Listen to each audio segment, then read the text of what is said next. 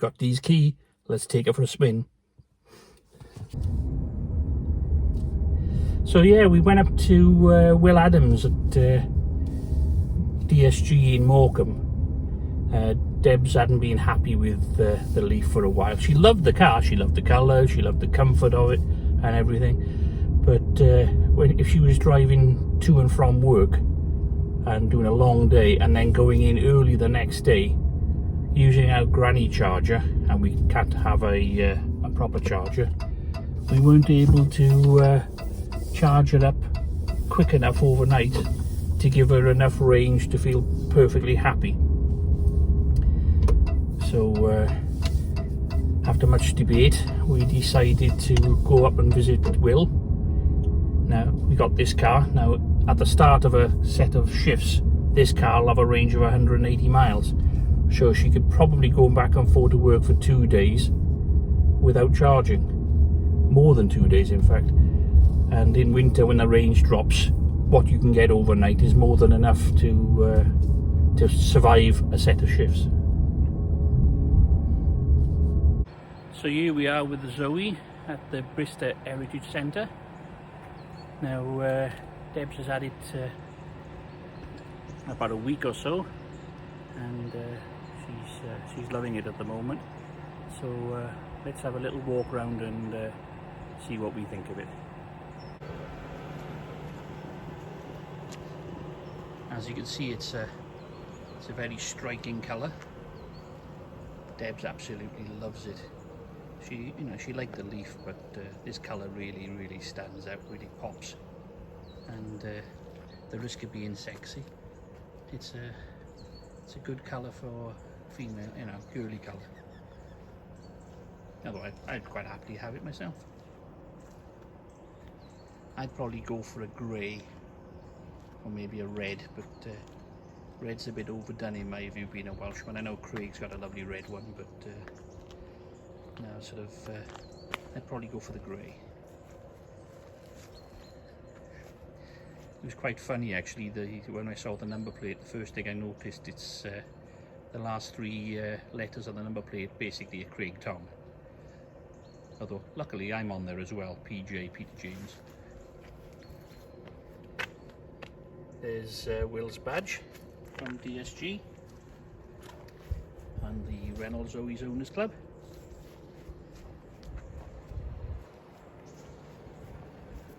Lovely wheels in it as well. I don't know how long they'll last, hopefully better than mine did, although mine was scuffed when I got it. Although I'm famous for scuffing wheels. I blew out the tyre on my Leaf not that long ago. Got the infotainment system, very similar to the Leaf's. In fact, I thought it was smaller, but when you actually look at that screen and compare it to the Leaf, it's the surround that makes it look smaller. It's actually probably the same size. Yes, it doesn't have the fold-down screen for the CD behind it. I think that there's a CD slot in the front. I haven't tried yet, but. The most important thing is the fact that the maps work. Now, the Nissan Leaf hasn't an update for the maps, as far as I know, since 2016. This map seems a lot more current, and it uses TomTom, so you know where you are. Yes, I'd prefer Apple and Android CarPlay, but this will do. Now on the other side, you get the steering wheel there, and the display. Now, the battery display, when it's actually using energy, there are a couple of different modes that you can select, and you can change them by. There's a switch down at the side there, which you can get to change the way it displays. Now, there's plenty of room in the back, but as you can see in ours, it's a bit messy because we're in our family, it's 2 adults and a fur baby, and we want to keep the seats nice and clean and tidy because they're not leather like in the Leaf, so we keep that cover on there. Boot space,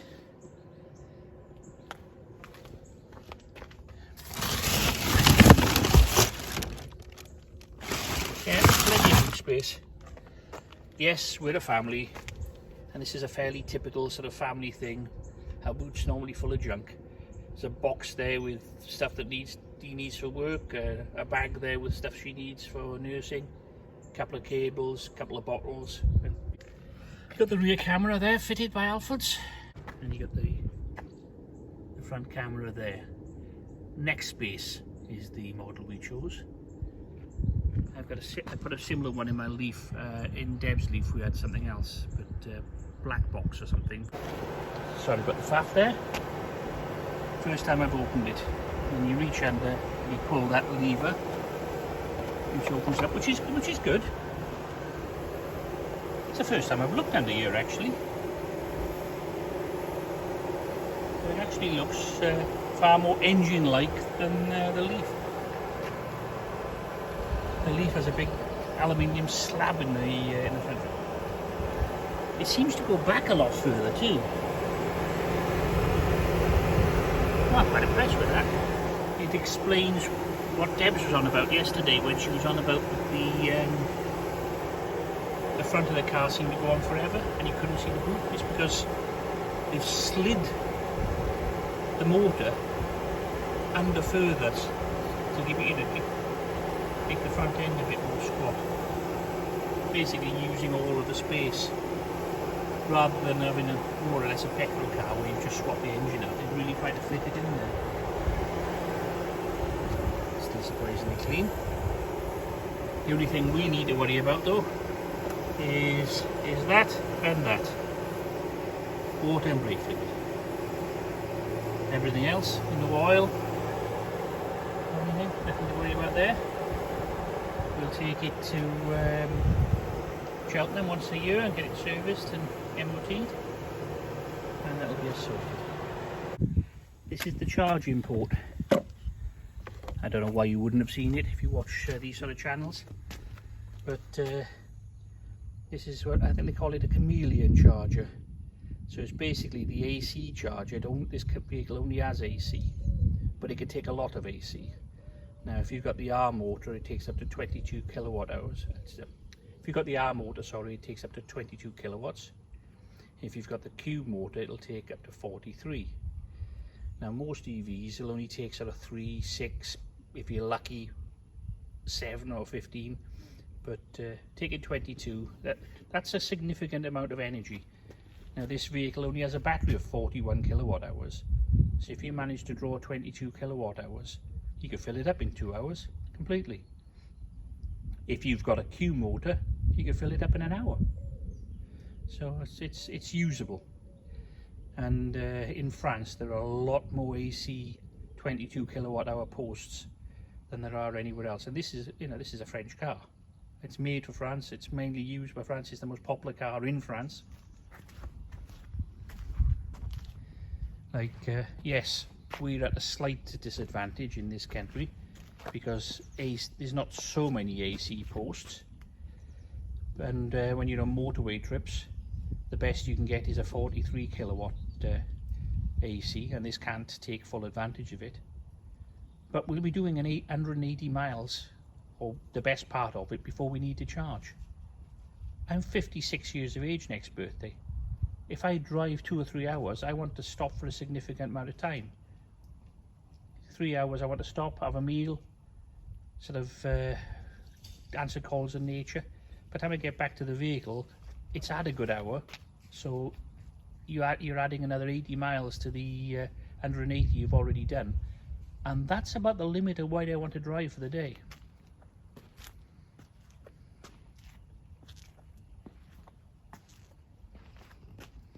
Well, anyway, let's get back into it and take it for a spin. We have a diversion on at the moment around Upper Hayford, the old airbase or camp. There's a lot of construction work going on, so there's a lot of diversion currently at Hayford camp. So hence a lot of traffic down these country lanes.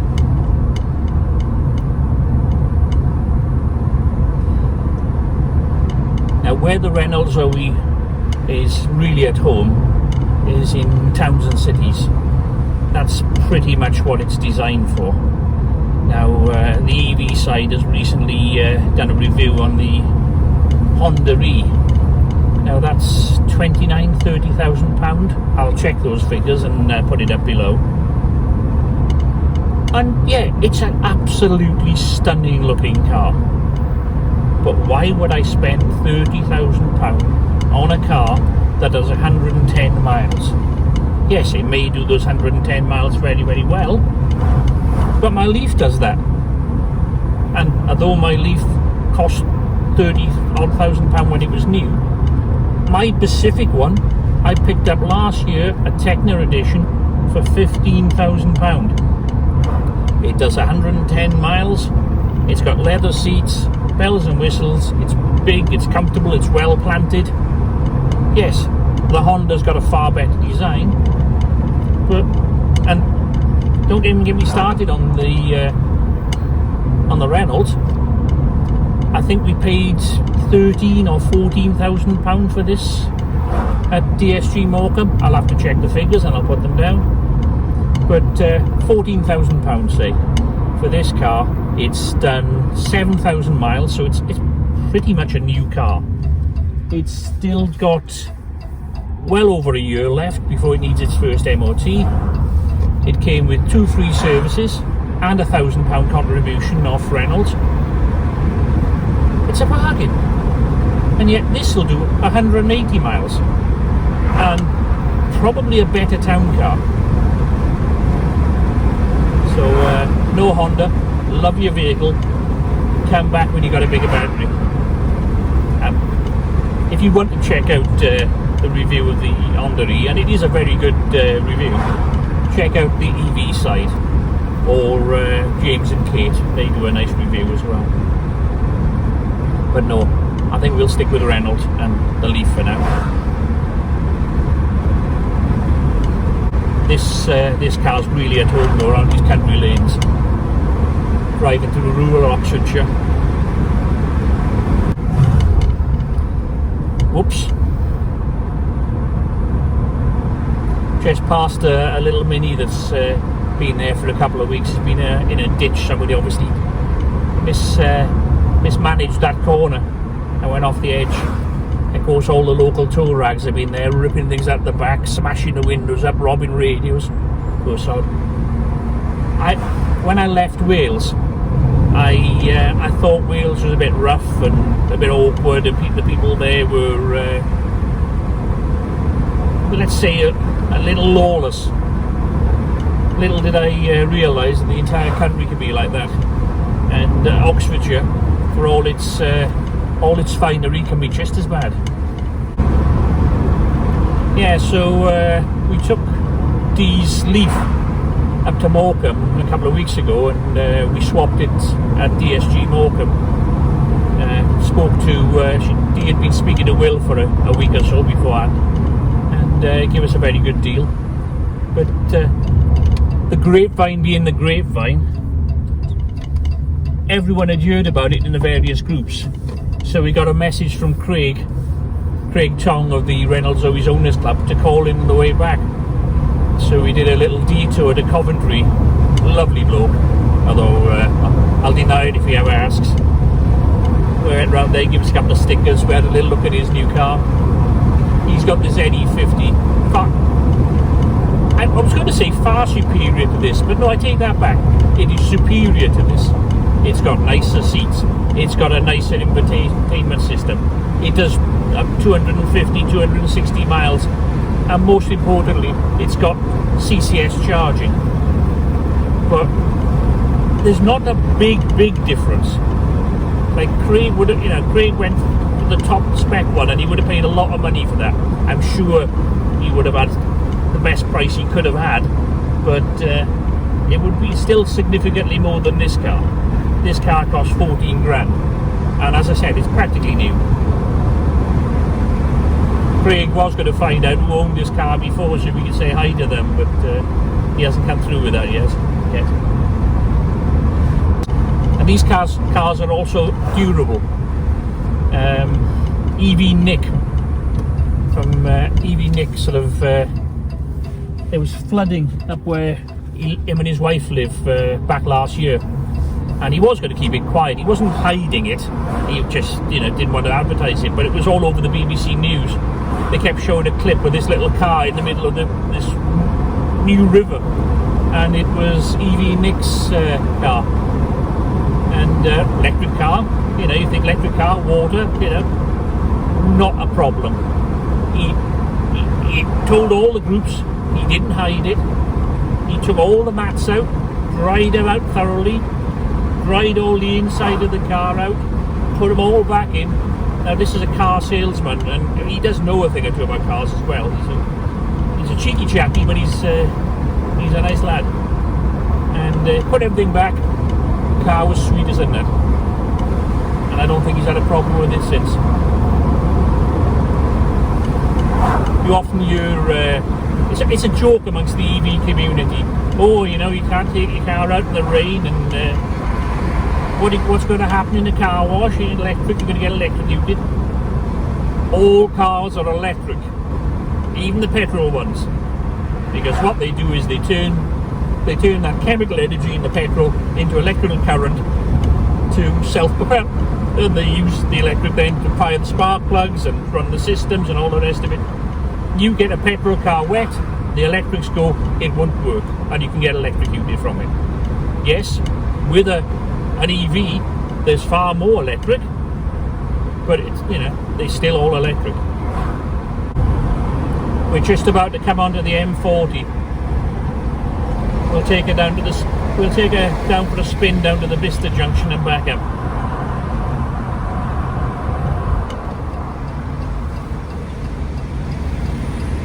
He could have gone then. Don't know why he stopped.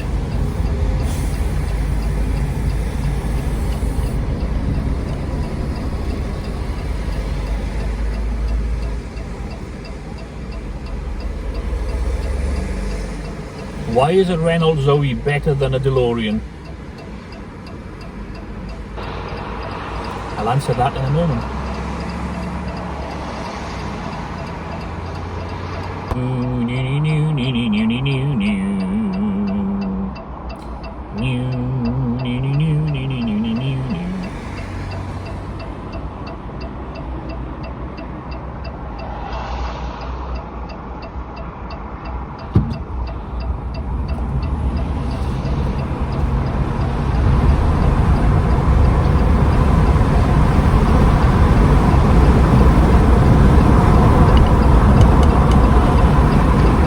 Pickup.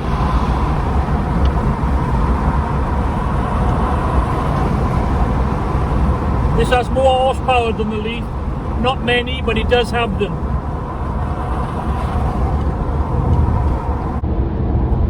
Talking of horses, this has more horsepower than the Leaf. I think it's got 110 horsepower when the Leaf has 107. Probably why it's the R110.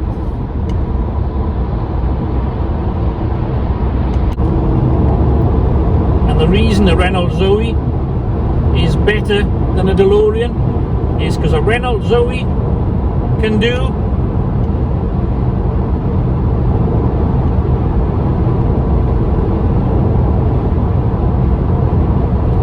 a Renault Zoe can't do.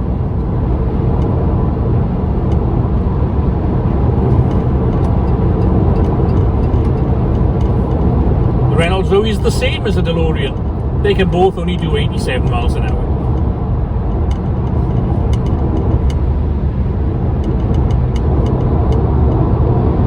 The Leaf's better than a DeLorean. Why is the Leaf better than a Renault Zoe?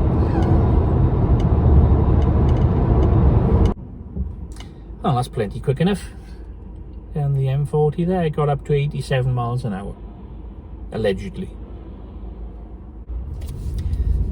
Obviously though, the faster you go, the greater the air resistance, the more energy you're using. And when you've got a limited amount of energy, you don't want to be pushing it. Now in the Leaf, that was more significant because you only had a range of 110 to start with. So when we were on long journeys, we tended to keep it to about 60-65 miles an hour. With this car, when you're starting off with a 180 mile range, you can put your foot down a bit more.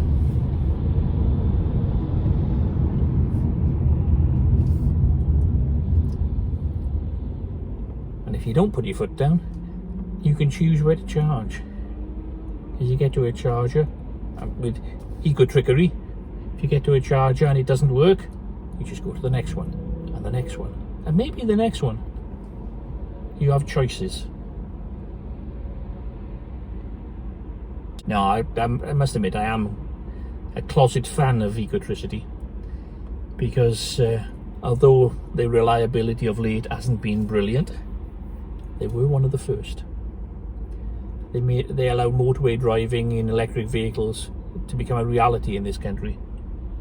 I wasn't an early adopter. There are people who had Leafs from when they were new. Hell, Robert Llewellyn has had his for 10 years. We only came to the party about 2 or 3 years ago, or coming up to 2 years ago. But I think we're still classed as early adopters in comparison to the majority of people. But we haven't had the slog that other people had. Debs has had her Leaf less than 2 years, and now she's moving on to a far superior Zoe. I'll keep my Leaf for a couple of years, because I only just got it last year, pay it off, and then I'll probably go for a Kia or something. Hell, one day we may even have a Tesla. So sorts broke down. Should have got an EV. Should have got an EV.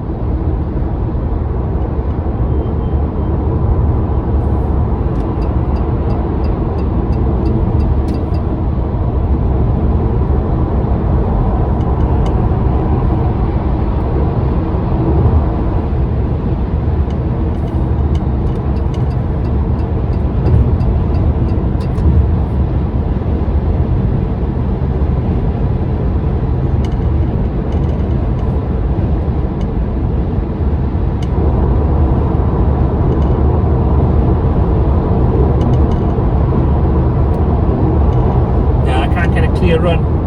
I want to see if it is limited to 87 miles an hour. I think it is. I think it's got more horsepower than the Leaf should be able to go faster. And it's a lighter car. Stick your eyes! Noob, on my way! Stick your eyes! Noob! I think I said I was at 187 miles when I started today, and I'm down to 139 now, but that's because I've been driving it heavily, and we've done a few miles together.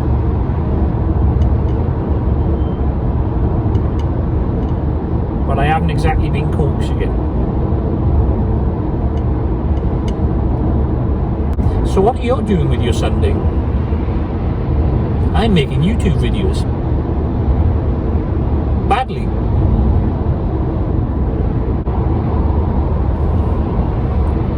I'm no good for YouTube though.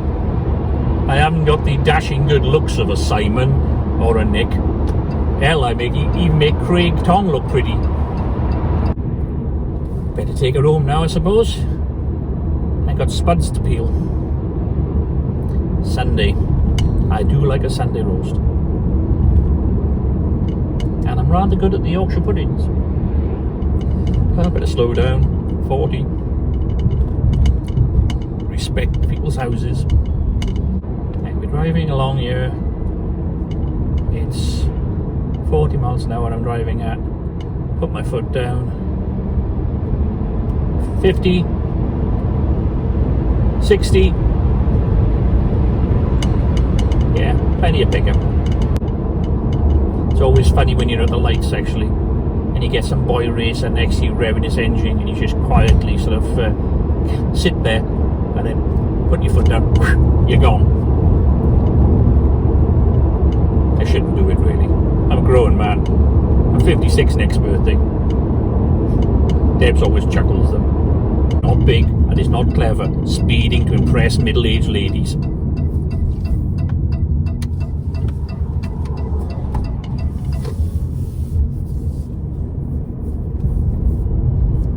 Even if you are married to them.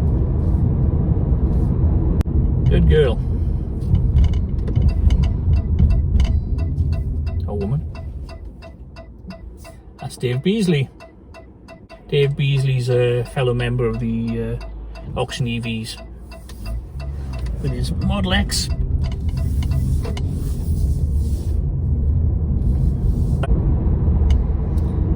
Here's the Mini. I don't know whether it's spun round, and I don't know whether you can see it, but the back end's all smashed in, the glass and everything, front and back. And that's not the accident, that's where people have just been attacking it since. And no, it's not EV drivers doing that. There's no such thing as a self-charging... What?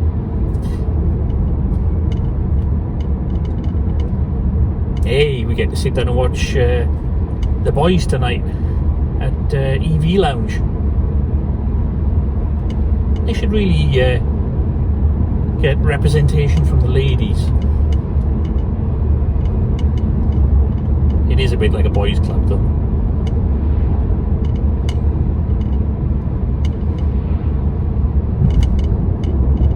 Not so much top gear as no gears. Maybe when the virus is over, they can get out and do an episode out on the road. You know, EV Lounge road trip. See the three together. That'll be fun. Or a couple of live events and meetings. I'm glad Martin's taking... Well, Martin apparently now is only going to work 5 days a week instead of 6. Yeah, right. Yes, he'll have five normal shows, plus the Saturday specials, plus the episode for patrons, plus he does the EV Lounge. So where's the 5 days coming from then, Martin? Plus I know you do other work. But you don't even need to do that much. But take a bit of time for yourself. If you want to know who Martin is, by the way, it's Martin Lee from EV Daily News. I advise you to all check out his podcast. And check out EV Lounge, which is on YouTube, where you've got Craig, Nick and Martin every Sunday about, I think it's 7 o'clock, 7 p.m. here.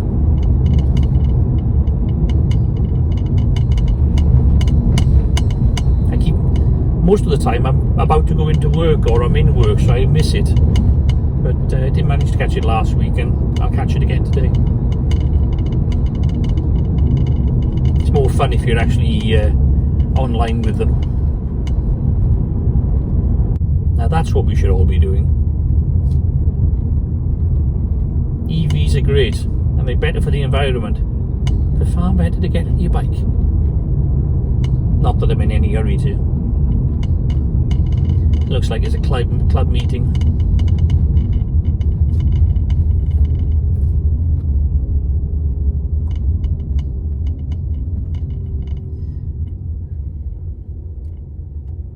I don't understand people that just go out, drive around the countryside or cycle around the countryside for no good reason. They're not going anywhere, they're just cycling or driving around. Probably making YouTube videos.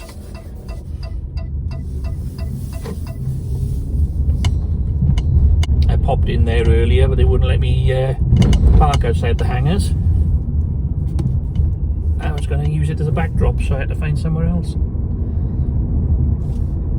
Went for the post-industrial decay look instead. Bye, Dave. It's the Asda. Right, all cover your eyes. None of you can know the location of Jolly EV Towers. It's a secret, it's like the Batcave.